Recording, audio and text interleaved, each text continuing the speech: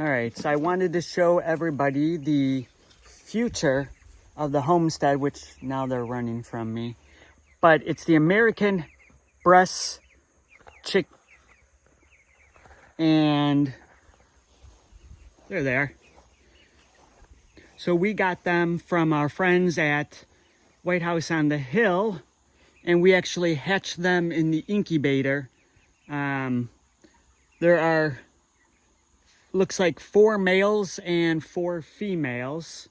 So that's going to give us 4 of our females. The American Bresse is imported from France, and it's known as one of the best tasting chickens you will ever have. So we're actually going to create our breeding program on where we're going to breed them here, and then we're going to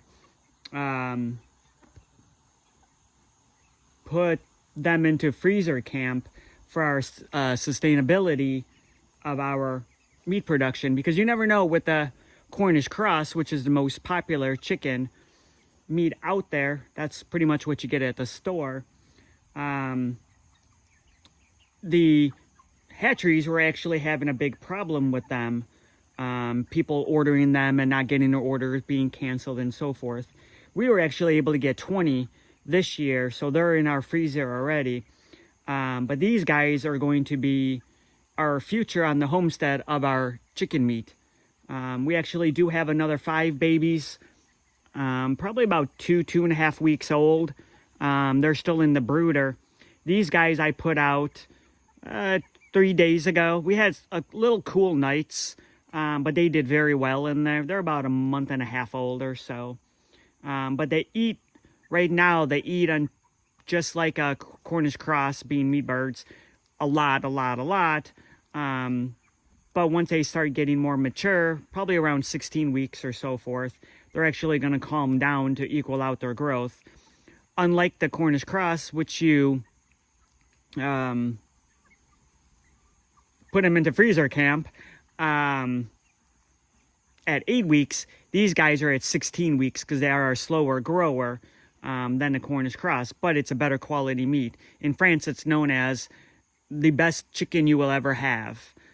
So we will definitely tell everybody about that once that happens. I'm going to hold, well, we're going to keep 1 rooster in. I'm going to hold back a rooster. We're going to have a bachelor pad set up for our roosters that we're holding back for breeding, because we're also going to breed the Rhode Island Red as well.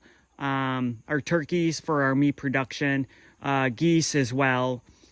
So we're going to have a bachelor pad somewhere down the road. So we're going to have at least a minimal of 2 that are going to go to freezer camp, and then we'll be able to tell everyone for sure on how high quality the meat is. All right, so I'm on my tractor, so I apologize for the noise, but I'm on low throttle, so it's as best as it can be.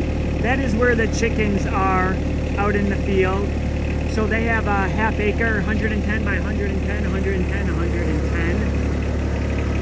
So that's where they are.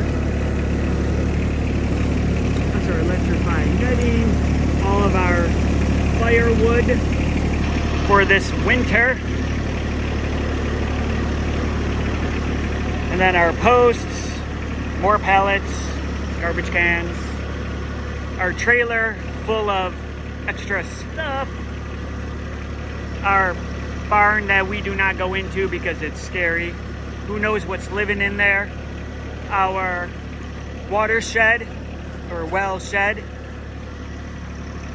my mom's RV that she's going to be moving into, coming shortly, down our driveway. I'm gonna go get the mail. It's a 1/4 mile down the road. And then this is our power lines. This is all open. There is a shed out there that the previous owners had wood in, but no longer has wood in there, unfortunately. So basically, as far as you can see, up on top of that hill, that is all of our land going that way. And then this way, if you see the pole way down there where the power lines are, we're about 100 to 200 feet past that as well. And that's going north-south. Then through the woods, all of this is fenced already. And then we have our ditches for our water flow to go down off our driveway so that it doesn't wash it out as much, I guess you could say.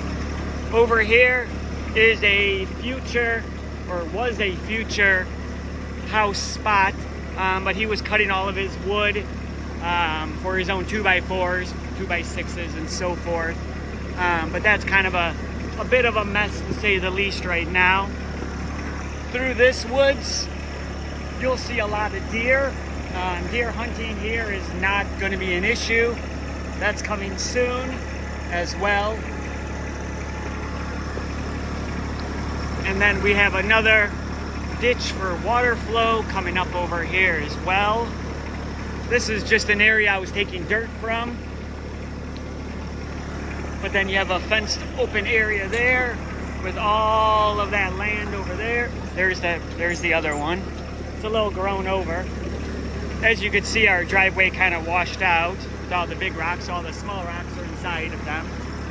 But all of that to the tree, past the trees, you can see.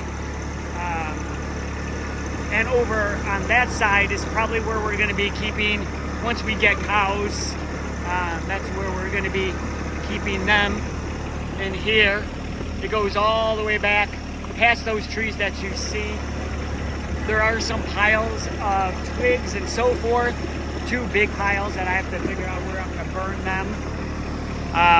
Over here, we're going to be making this into our hay field, so we don't have to buy hay. But right now, hay is about, for a round bale, you can easily get it for $25 a round bale.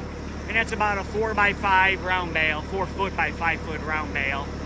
So good pricing, because everybody has a lot of hay. But everybody, because of the drought that we're in down here, everybody has late hay. So it's not the highest quality hay, but most of our animals don't eat the hay. We use them as bedding. Same thing on this side. It goes all the way past those trees that you see. You can see it's fenced in, so that's where we could have the cows. We'll do some internal fencing so that we could put them into different paddocks for whatever time frame. But we're getting up to the front of the driveway where the mailbox is.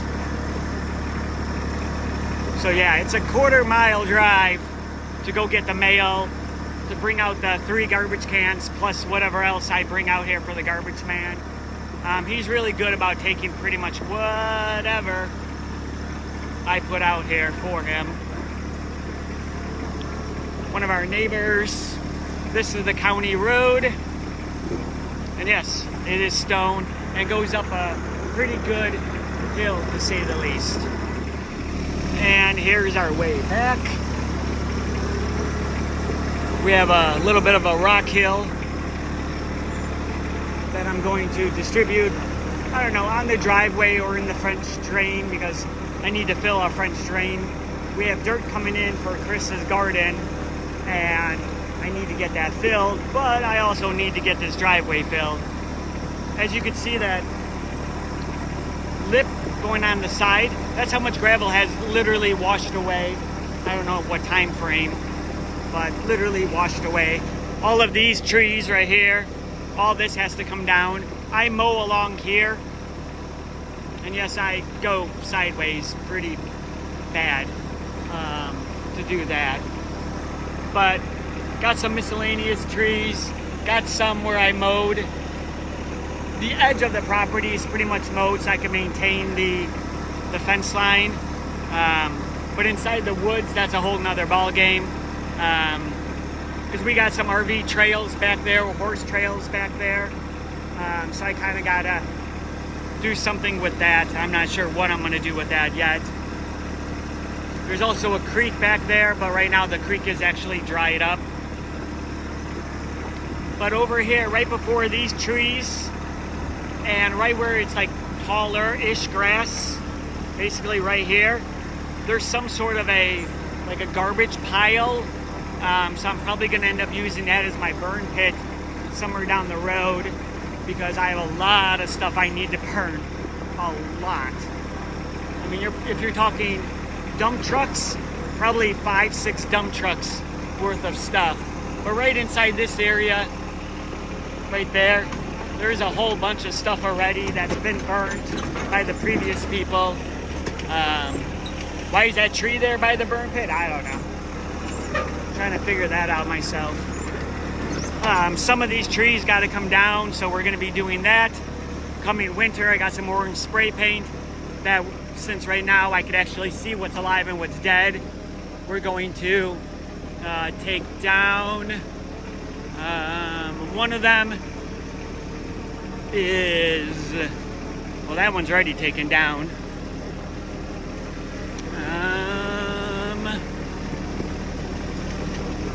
I passed it, I guess. Or that one right there is gonna have to come down. That one right there. It's gonna have to come down. The bark is peeling away from it. So that's just one more thing. And then up here, as you can see, this tree right here, that one's got to come down. So my neighbor's gonna help with me on that one, taking it down. Over here, as you can see, there's a whole bunch of them over here that got to come down. There's already 2 on the ground over there that fell by themselves, but whatever, that's fine. But taking this one down is going to be an interesting thing, because my mom's RV is sitting here around the corner. So that'll be filmed, as you can see right there. It's kind of like right over it. So, and then a bunch of these trees right here are also going to be coming down, because we're going to do an orchard with our apple trees that are planted in the back. And then we got some plum trees that we're going to be putting. So we're going to move the chickens out here further to put the peach trees in. There's 4 or 5 big peach trees that give a lot of peaches, so that we don't have to throw the peaches over to the chickens. It'll be in there, so whatever hits the ground, fair game for the chickens.